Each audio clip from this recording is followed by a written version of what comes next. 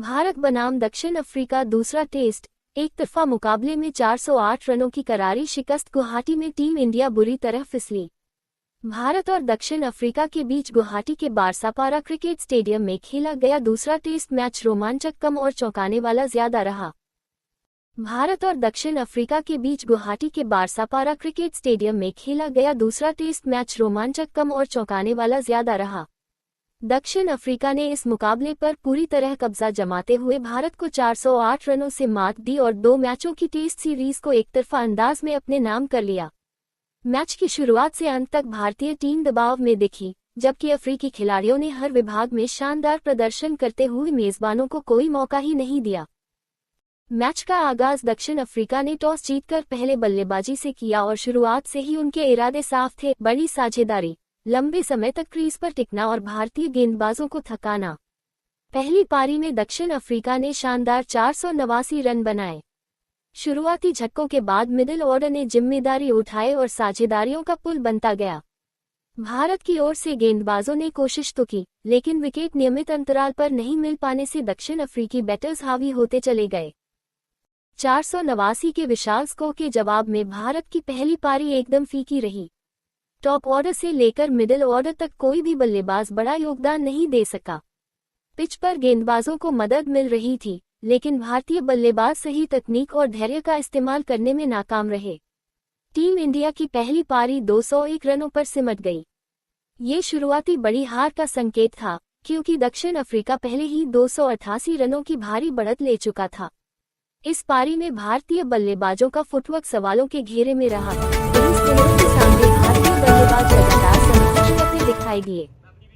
दूसरी पारी में दक्षिण अफ्रीका ने तेज बैटिंग करते हुए 260 पर 5 घोषित किया, जिससे भारत के सामने 549 रनों का लगभग असंभव लक्ष्य था। इतने बड़े लक्ष्य को हासिल करना तो दूर, भारत के लिए मैच बचाना ही चुनौती बन चुका था। दूसरी पारी के लिए पिच और मुश्किल होती जा रही थी और उस पर दक्षिण अफ्रीकी स्पिन तिकड़ी पूरी तरह हावी थी। भारत की दूसरी पारी की शुरुआत बेहद खराब रही। ओपनर यशस्वी जायसवाल मार्को यानसन की गेंद पर विकेटकीपर वेरेन्ने के हाथों कैच देकर आउट हुए। इसके तुरंत बाद केएल राहुल भी हॉमर की खूबसूरत गेंद पर क्लीन बोल्ड हो गए। शुरुआती ओवरों में ही 2 झटके लगने के बाद टीम इंडिया फिर से दबाव में आ गई। नंबर 3 पर आए साई सुदर्शन ने डटकर बल्लेबाजी करने की कोशिश की, लेकिन 139 गेंदों पर सिर्फ 14 रन बनाकर वह भी मार्करम के सुरक्षित हाथों में कैच थमा बैठे। उनका ये संघर्ष भारतीय बल्लेबाजी की कठिनाई को साफ दर्शाता है। रविंद्र जडेजा ने एक छोर से शानदार संघर्ष करते हुए 54 रनों की जुझारू पारी खेली। उन्होंने छक्कों और चौकों से कुछ समय के लिए उम्मीदें जगाईं, लेकिन उन्हें भी महाराज ने शानदार गेंद पर स्टंप करा दिया। जडेजा के आउट होते ही भारत की बची खुची उम्मीदें भी खत्म होने लगीं। ऋषभ पंत ने भी शुरुआत में आक्रामक खेल दिखाया और एक छक्का भी जड़ा, लेकिन हॉमर की उछाल और टर्न ने उन्हें भी ज्यादा देर टिकने नहीं दिया। पंत 13 रन बनाकर स्लिप में कैच देकर चलते बने।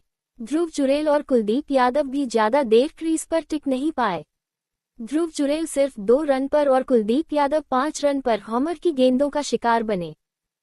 वाशिंगटन सुंदर ने चौकों के साथ पारी आगे बढ़ाने की कोशिश की, लेकिन हॉमर ने उन्हें भी मार्करम के हाथों कैच कराकर पवेलियन भेज दिया और अपना 5वां विकेट हासिल किया। वहीं नीतीश रेड्डी रिवर्स स्वीप की कोशिश में ग्लव्स से कैच देकर आउट हुए। अंत में सिराज और बुमराह ने लक्ष्य की ओर बढ़ने के बजाय सिर्फ टिककर खेलने की कोशिश की, लेकिन महाराज ने सिराज को आउट कर भारतीय पारी का अंत किया। सिराज के आउट होने पर मार्को यानसन ने एक ऐसा कैच पकड़ा कि पूरे स्टेडियम में तालियों की गड़गड़ाहट गूंज उठी। एक हाथ से हवा में लहराता हुआ अविश्वसनीय कैच, जो इस मैच की खास यादों में से एक बन गया। भारतीय टीम दूसरी पारी में सिर्फ 140 रन ही बना सकी और मुकाबला 408 रनों के भारी अंतर से हार गई। यह हार भारतीय बल्लेबाजी की कमजोरियों और दक्षिण अफ्रीका की शानदार गेंदबाजी, खासकर साइमन हामर और केशव महाराज की को दर्शाती है। हामर ने 6 विकेट लेकर भारत की रीढ़ ही तोड़ दी। वहीं महाराज के 2 विकेट और लगातार दबाव ने भारतीय बल्लेबाजों पर मानसिक रूप से असर डाला। साउथ अफ्रीका की स्लिप फील्डिंग भी गजब रही। एडन मार्करम ने इस मैच में 9 कैच पकड़कर एक नया स्तर दिखाया। गेंदबाजी हो, बल्लेबाजी हो या फील्डिंग, हर विभाग में दक्षिण अफ्रीका भारत पर भारी पड़ा। भारतीय टीम पूरे मैच में कहीं भी लय में नहीं दिखी और दक्षिण अफ्रीका ने इस मौके का पूरा फायदा उठाया। गुवाहाटी की इस पिच पर स्पिन और उछाल दोनों मौजूद थे, लेकिन दक्षिण अफ्रीका ने इसे बेहतर समझा और इस्तेमाल किया।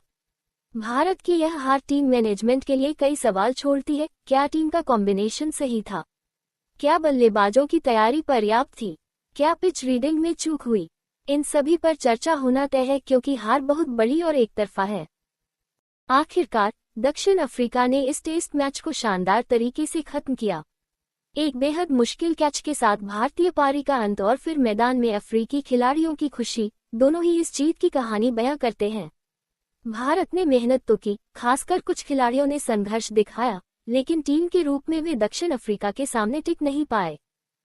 गुवाहाटी का ये मुकाबला हमेशा याद रखा जाएगा। दक्षिण अफ्रीका की कसी हुई गेंदबाजी, बेहतरीन फील्डिंग, संयमित बल्लेबाजी और भारत की बिखरती रणनीति सब कुछ इस मैच को बेहद खास बनाता है। भारतीय टीम के लिए यह हार चेतावनी है कि टेस्ट क्रिकेट में मानसिक मजबूती और धैर्य दोनों की जरूरत है। वहीं दक्षिण अफ्रीका इस जीत के साथ आत्मविश्वास में डूबा होगा और अगली सीरीज की तरफ मजबूत कदम रखेगा।